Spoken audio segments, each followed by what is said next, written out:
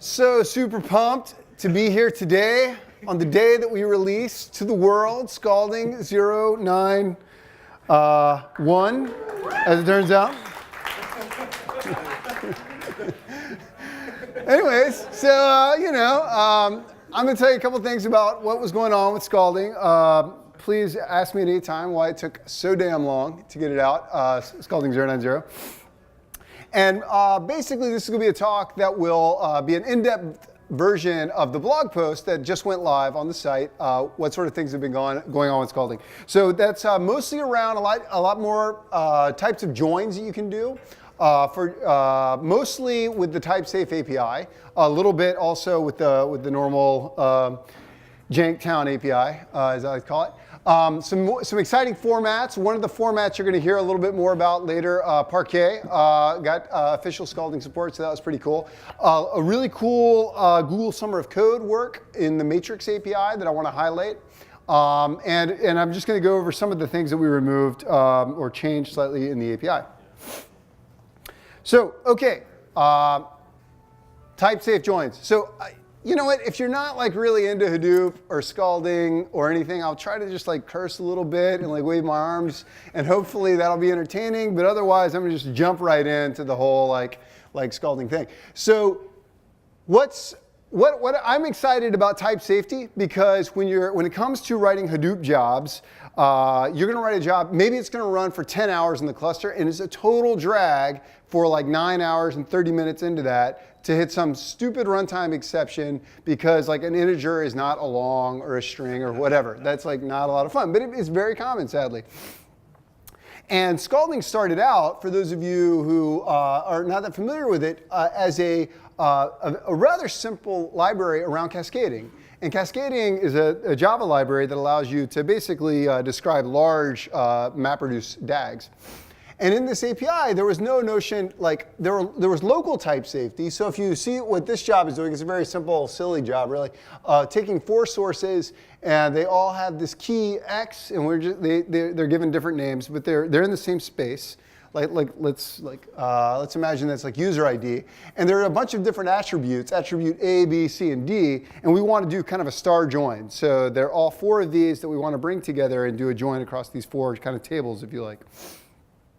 Now, if I do some kind of transformation of that data that goes on over here, and this is an identity transformation, but it could be something more complicated, that transformation is type safe within that little block, that little UDF, if you like, if you think of it like a database or PEG, if you're familiar with that. So that's all fine. But as soon as we're done with that transformation, the type safety is gone. The compiler's forgotten at this stage what x1 is. Now, if you looked up, a human could infer that x1 was an integer, but it doesn't know anymore in this API, because cascading doesn't know. In the original, there's 2 APIs in Scalding, the fields or Janktown API, and the TypeSafe API, for your functional hipsters out there, of which I hope all of you are. So in this API, like some bad things can happen, because actually, what if x2 here is actually not an integer, but like a string? And that's very, very common. Like you're loading some TSV and you forgot that it was a string when you loaded it in. It represents a number, but it's actually a string in memory at this moment. So that was very common, very painful. So this is a job you could write in the Fields API, but you couldn't previously to Scalding 0.90 write this job in a type-safe way that would run in 1 MapReduce step. So we don't want to do like 4 MapReduce steps of like joining this, then joining that, and then joining that. That's going to take a long time. This could be expressed in 1 MapReduce step.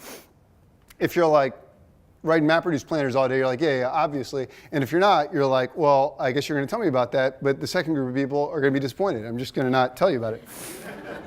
So in order to make this type safe, and even easier, like there's less text, everything's nice, and if you do it wrong here, like this job is just going to run. It may not do what you want it to do, but it's going to do something, which is still pretty cool. So here's the type safe API. I've got 3 types up there. I've got the username, the user faves, and the user tweets. So I've got these sources, and now the compiler can see all of the types. and everything's good, because when the compiler runs, and before I ship it off to the cluster, and it's Scala, so the compiler is really fast. It only takes an hour to compile the code, rather than like 10 hours to do the job. Like, we know that it's going to do something. So at this stage here is where I want you to look. So previously we had these 4. I actually only have 3 sources I'm going to do a join of here. But the compiler can see that, okay, take users, and I want to, like, I'm going to do the join. I want to do the grouping by the ID. And then I want to take the faves, and I'm going to fave them, but I'm going to kind of join them up by who did the fave. And in my little, like, janky case class up there, I call that by user. So in the faves, let's get the user ID out, the tweet, the person who made the tweet by user. And I want to do all these joined together, and then, like, I'm going to, like, I don't know, do something silly, like write it back out to disk. Maybe it kind of shows that I've been doing a lot of infrastructure, not so much data science these days. Like, these examples are really silly, but, you know, okay. So the cool thing here is all of this goes in one MapReduce phase now, and it's type safe. So the compiler can check that all these types are correct, and as you run, nothing bad is going to happen. You see often a little bit of tupling that goes on, like you wind up making these nested tuples, and you often see this kind of pattern of unpacking them. But the cool thing is you can just name them like user ID, user, the faves, the tweets, and the compiler knows the type. So that's all really cool. So that's like thing 1, okay? Safer joins. I haven't figured out how to sell safety yet. I guess that's like a whole thing, like safety is not sexy, you know, but I don't know. I think it's cool. So what if you have one reducer taking a super long time to join? This is a very common problem. Sometimes they call this the curse of the last reducer. There are a lot of different ways that this happens. I'm going to focus on a way that happens with joins. So like something like this happens, and then you have some job that is going to like try to attach like a retweet event to, say, the person who did it or the geo that it happened, and you have a retweet that was retweeted like 3.4 million events. And by the way, I just want to when this happened, the cool thing was like people kept like the Oscar event, and like, you know, my manager's like, oh, what did he do? What the fuck, the Oscar? But anyways, like it was like good news that it was like this is not related. So anyways, so how do you solve that kind of problem? You know. So here's what was added. This we have to give a shout out to Avi Bryant. This is a really cool technique. I think that databases have used it as well. So we have this source here, 0, and we want to join it against 1. And now the thing is, most of those keys in the retweets, like they're like your tweets or my tweets, you know, they're getting like, you know, only like 1,000 retweets. You know, I don't know how many you're getting, but this one here got like, you know, 3.4 million retweets. So most of those keys are really not very common, but a few of them are super common. So if we send like this tweet ID to one reducer, you're going to send 3.4 million records to that same reducer. But normally grouping on like the tweet ID of the retweet, you would only have that, you know, 1 to 10, or in, like frankly 0 is probably the median number, the most probable number of retweets. So how do we deal with that? So the idea of the sketch join, as we called it, it's used also, I think, in the database community, but it's more fun to just reinvent it yourself. It does a count min sketch estimation of how many times each key appears on the left-hand side. So it runs through the data once on only the mappers. And it uses the sketching technique, which I love to talk about, called count min sketch. And it can produce an object of about 1 megabyte in size that will tell you approximately how many times each of those keys have appeared. And it can also keep track of the heaviest keys.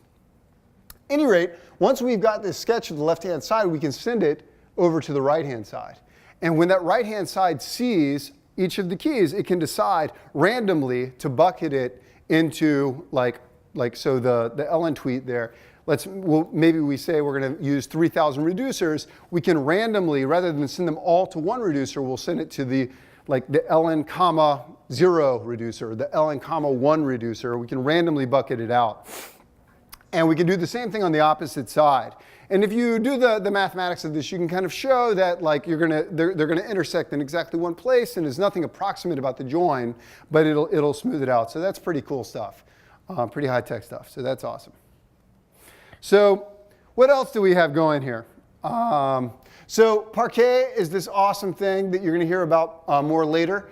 We had a Parquet support. Parquet, if you don't know, what it's all about is I like to think of our records on disk as tall, skinny matrices, okay? Each record is a row in this matrix, and like unless you're, well, if you're working with big data, it's the rows that are big. It's not really the number of columns. Your record might have 100 or maybe, let's go crazy, 1,000 columns in it, but it's not going to have 10 trillion columns in a single record, okay? So you have this tall, skinny matrix, and the idea, I'll say it this way because I don't think the Parquet people are going to, and I love this description, is we take this tall, skinny matrix and we block it up into pieces, and then you do a transpose. Someone else tell me everybody hates transposes, but so raise your hand if you hate the transpose. Like it's your least favorite linear operator. See, people love the transpose. It was total, that was not true. So once you've done that transpose, you've got like, we've changed from going to 3 different types of data, the A type, the B type, and the C type, and kind of cycling through to blocks of A, blocks of B, and blocks of C. And the win here is twofold. One, you get compression wins, because A's are probably a lot more similar to other A's than they are to B's, presumably. 2, you get the ability to quickly read out subsets of the data. So that can be a huge, huge win after you've written the data. Altogether, you can write your Scalding job now and just read out like little stripes of the data. Say, for instance, the user ID and which tweet they just tweeted. And maybe I don't need the text this time. So I don't want to even read that giant blob string. Like no one wants to read those tweets anyways. So that's one. That's Parquet. So we added that. We added this other support for this thing, which I guess is cool. And I don't know if Vitali's still around. Is he anywhere now? There he goes. Like, you really should ask him, because I've heard Avro is cool, but I know hardly anything about it. But we use something very similar to this called Thrift, but it's a serialization format. And if you're writing your data into string files like TSVs and like just JSON, like, I'm just asking you not to do that. And so one way, for instance, would be to use Thrift, or you can use Avro. And now Avro is something they use at eBay. They use it I think at LinkedIn, they're using it many, many places. It's a way to say to you about your data what it should look like. So when we write it on disk and we read it back, we know when the data is bad. We can do Avro has some nice schema migration work. It's a great thing to do. So again, the theme here is faster and safer. So Parquet gives it to you faster, and the Avro helps you write safer pipelines because you know that your data is more what you expect it to be. Okay, now it's Google Summer of Code time. So we got this like awesome Google Summer of Code student who's super into the Haskell, and he's willing to slum it and like write some Scala, which, you know, I was so happy that he would do that. And so the question is, we have this API, and we make it easy to multiply matrices on Hadoop, and that's pretty cool. We've had that for a while. But when it comes to matrices, one cool thing about them is they have some structure to them that you know that there are certain optimizations you could do. In this case, you could, if you're multiplying A times B times C, you could choose to either multiply A times B times C or A and B and then C. Now, you can't switch the order of them. The matrices are not commutative, but multiplication is still associative. And there's a ring hidden behind this, is the mathematical structure when you have a multiplication and an addition, and the addition is commutative and the multiplication is not necessarily. So that's cool. And of course, we geeked out, and you can do matrices over any type as long as there's a ring. And the indices, they don't have to be numbers. They can be any type as long as they're ordered. So you can have, like, if you want to do recommendations, these columns and rows, or maybe you're going to do some Mesos scheduling, but like you got a serious cluster, so you need Hadoop to even do your Mesos scheduling. So you've got like these strings. You could use the strings to refer to each of the jobs or each of the attributes that you're trying to do this factorization of that we heard about earlier today. So graphically, if I multiply A times B then C, this is what I'm going to like materialize on the intermediate stage. So again, if you remember your matrix multiplication where it's like and it goes all out, it makes that big thing right there. So that's like A times B is really, really big. Now if we do the same thing with C again, it's going to wind up being a skinny matrix. But had we gone the other way, B times C materializes to a much smaller matrix.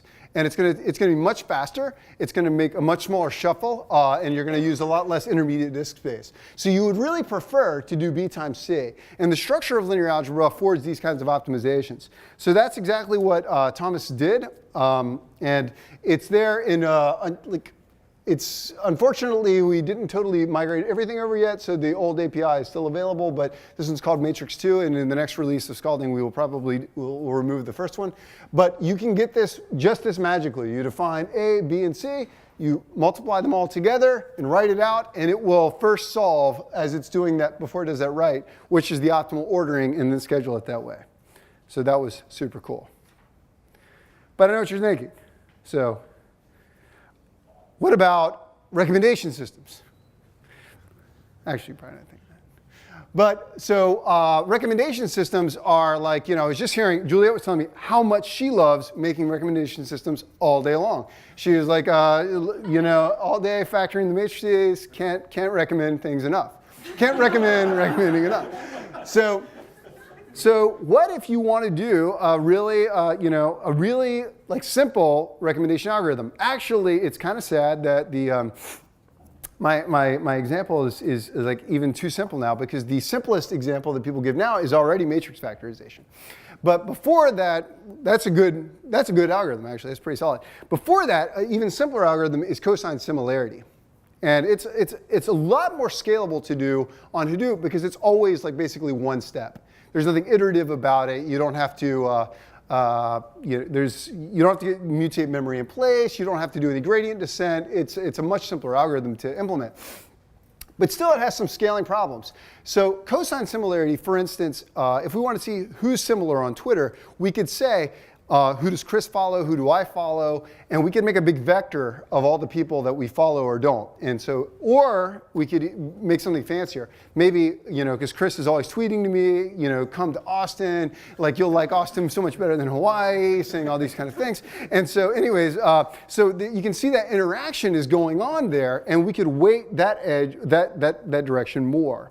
And we could see that maybe, like, Chris and I have similar interests to someone else at Twitter, but we're different from someone else who's similar. They have similar followings, but they're interacting in a different pattern with those followings. So that's probably too many words just to say that we have these big vectors that have this dense support. So if we want to do all the pairs of dot products, this is a somewhat expensive calculation, but worse than that, some of those vectors are really, really, really heavy vectors. So if you look at Obama, for a long time, he would follow everyone back. He's like the world's greatest follow back, right? So he's got like, 10 million followers, but he's also following like 5 million people still. So that vector in your recommendation system is super, super heavy. But what's like the other thing is that it doesn't really matter. If you do any sane weighting of that vector, you don't weight each of his followings as unit followings. You probably renormalize it like Obama gets vote 1, like anyone. And so individually, all that weight doesn't add up to much. So you could get a very similar result in this dot product by just resampling Obama and saying, let's just take like randomly 10,000 of his followings and weight those. Anyways, that's an overly verbose way to describe two algorithms that we added to Scalding to do this kind of problem, the A transpose. And that's Disco and DimSum. They have these cute names. Disco was developed by a Stanford faculty member who works at Twitter, but anyways, and DimSum was an extension of that. That code's there. Go recommend all your matrices to all your friends. Okay, but what about monoids? I got where I am today in the tech world, abusing monoids on a regular basis. So how could I? And well, all I can say is if you're using the Fields API and you feel left out by all the functional hipsterism, monoids have been brought to the Fields API. There you go. You can do some with a long or some with a big int and handle all the selfies and you're good. Or you can do some with like hyperlog log and it's awesome. We removed several warts in the design. I don't really want to, you can kind of go through the release notes on this, but there's a lot of great stuff. One thing I really want to stress is the typed API is really, really specific in that if you write a code now, it will compile to a plan that works. So there's like, if you write, say, for instance, cascading, you have to know there's certain things and orders you could not put things in that they're not semantically meaningful. And the cool thing about the typed API now is that it won't compile if you're doing something in an order that does not make sense, which is a really nice thing, again, to have the kind of confidence in your code once it's written. Scalding 09 is 858 commits by 59 contributors, many of them in this room here. Here's a list of all of them ranked by commits. And you see Vitaly here and Juliet over there and like Avi Bryant from up in Canada and everything else. So I just want to thank everybody who's contributed to Scalding and helped make it a success. And your work helps us at Twitter, and I hope our work helps you. So. Thanks a lot.